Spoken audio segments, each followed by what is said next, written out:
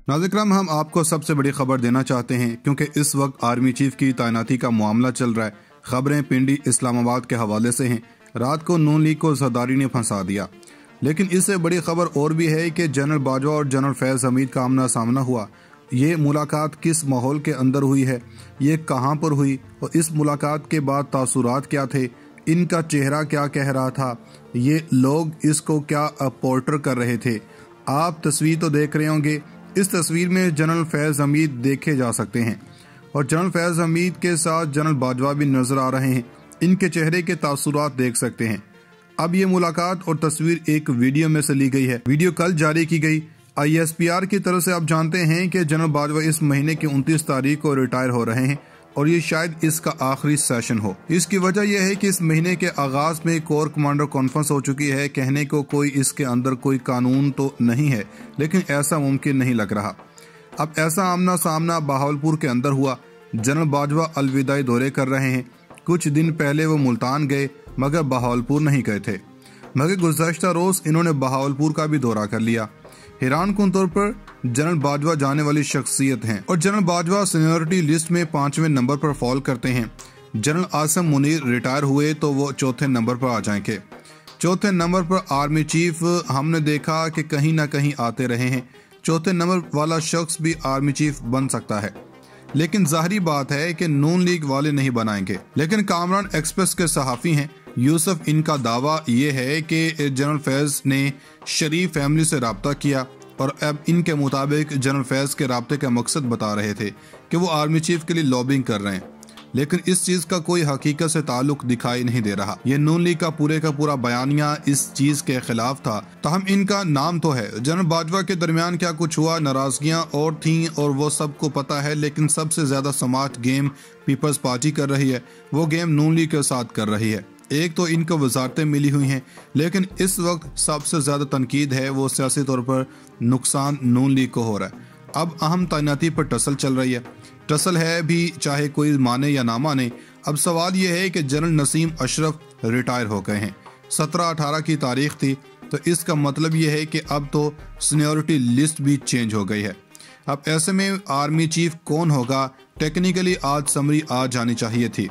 अब 27 के बाद आएगी या पहले, तो सूरत हाल देखी जाएगी। पीपल्स पार्टी ने गुज़श्ता रात को एक इजलास किया। ये गैर मामूली था। ज़रदारी साहब पहले पहुंचे, इसके बाद बिलावल को खसूसी तैयारे पर भेजा गया। ज़रदारी ने कह दिया मेरा कोई भी फेवरेट नहीं है, लेकिन इस तकर्री का इख्तियार है वो वज़ीर आज़म का नहीं है। यानी इन्होंने अपने आप को साइड लाइन कर दिया।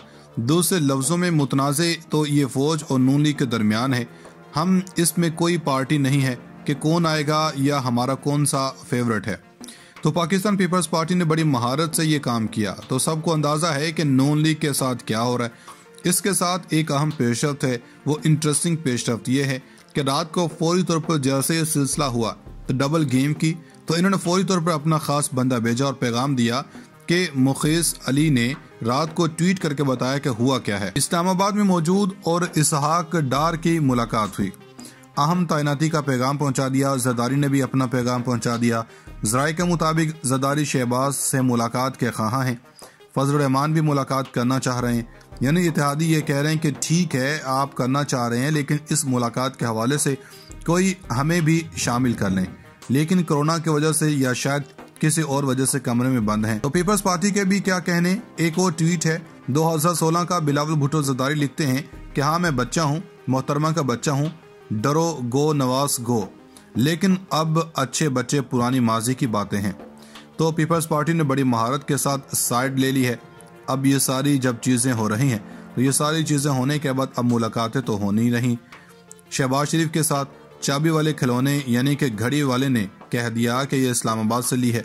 हालांकि पहले तो ये कह रहा था कि मैं दुबई के स्टोर से ली, लेकिन रात को सब अफवाहों को ब्रेक लग गई। ख्वाजा आसफ कह रहे थे कि इज्जत तार तार हो गई है, इस तोहफे पर पाबंदी नहीं है। कहा गया कि सऊदी अरब के क्राउन प्रिंस नाला हैं, लेकिन पाकिस्तान के वजारत खारजा के तर्जुमान ने कहा कि सऊदी अरब की जानब से कोई भी शिकायत जुबानी या तहरीरी मौसूल नहीं हुई। जब आपके ही लोग ऑफिशियल तौर पर कह रहे हैं तो ये देखना जरूर होगा। नाज़रीन, इमरान खान एक ऐसे शख्स हैं जब बंदा खुद साफ होता है, नियत का साफ होता है या आउट स्पोकन या बोल्ड होता है, तो वो हर किसी पर एतमाद भी कर लेता है। खान का कमाल यह है कि वो एतमाद भी बड़ी जल्दी कर लेते हैं और फिर जब इनको गुस्सा आता है तो शदीद आता है। अब ये खबर है कि कप्तान का एक और खिलाड़ी गड़बड़ करने जा रहा है। ये कोई तहसील लेवल का या MPA लेवल का खिलाड़ी नहीं है, बल्कि ये बड़े ओहदे पर फायज है, बहुत बाइख्तियार है और वो इस वक्त इमरान खान की मुखालिफ लाइन में चल रहा है। लेकिन इससे पहले हम एक और खबर देना चाह रहे हैं, इसके बाद इसके बारे में बताएंगे। पहली खबर यह है कि गुज़श्ता रोज बहुत ज्यादा खबरें आ रही थीं कि लाहौर में फौज के सुप्रीम कमांडर फौज के सरबराह लाहौर के अंदर हैं। मुलाकातों की तस्दीक हुई कि ये होनी है। डॉन जैसे अखबार ने इसकी खबर दी थी। अब खबर यह है कि जो अब पेशरफ्त और डिटेल्स आई हैं वो डिटेल्स ये हैं कि 3 बड़ों की मुलाकात हुई है। ये मुलाकात किस स्टाइल के ऊपर हुई है? ये मुलाकात बिल्कुल उसी तर्ज पर हुई है जो ईवान सदर के अंदर 3 बड़ों की मुलाकात हुई थी। इस वक्त ज़ाहिरन इसकी कोई तस्दीक कर नहीं रहा और ना ही मीडिया के अंदर कोई डिस्कशन हो रही है।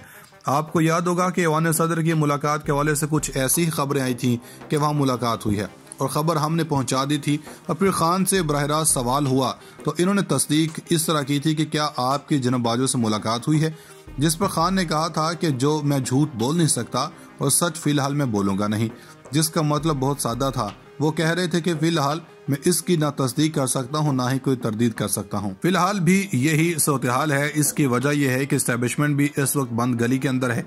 हुकूमत बात नहीं सुन रही और हुकूमत के पास वो इख्तियार भी नहीं और एस्टेब्लिशमेंट इस वक्त गिराना भी नहीं चाहती, लेकिन इमरान खान को इंगेज करना चाहती है। इस वक्त सबको पता है कि इनकी मकबूलियत सर चढ़ कर बोल रही है।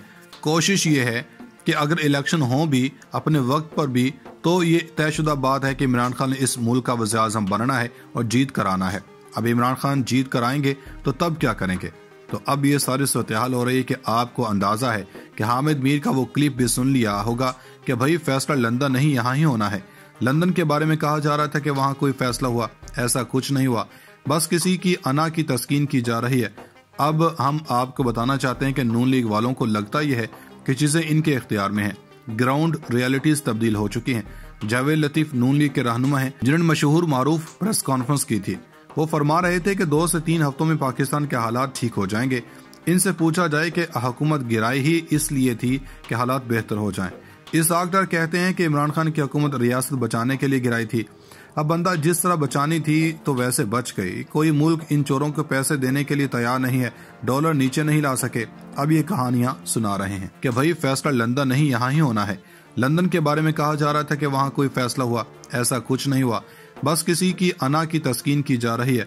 अब हम आपको बताना चाहते हैं कि नून लीग वालों को लगता यह है कि चीजें इनके इख्तियार में हैं। ग्राउंड रियलिटीज तब्दील हो चुकी हैं। जावेद लतीफ नून लीग के रहनुमा हैं जिन्होंने मशहूर मारूफ प्रेस कॉन्फ्रेंस की थी। वो फरमा रहे थे कि 2 से 3 हफ्तों में पाकिस्तान के हालात ठीक हो जाएंगे। इनसे पूछा जाए कि हुकूमत गिराई ही इसलिए थी कि हालात बेहतर हो जाएं। इसहाक डार कहते हैं कि इमरान खान की हुकूमत रियासत बचाने के लिए गिराई थी। अब बंदा जिस तरह बचानी थी तो वैसे बच गई। कोई मुल्क इन चोरों को पैसे देने के लिए तैयार नहीं है, डॉलर नीचे नहीं ला सके। अब ये कहानियां सुना रहे हैं।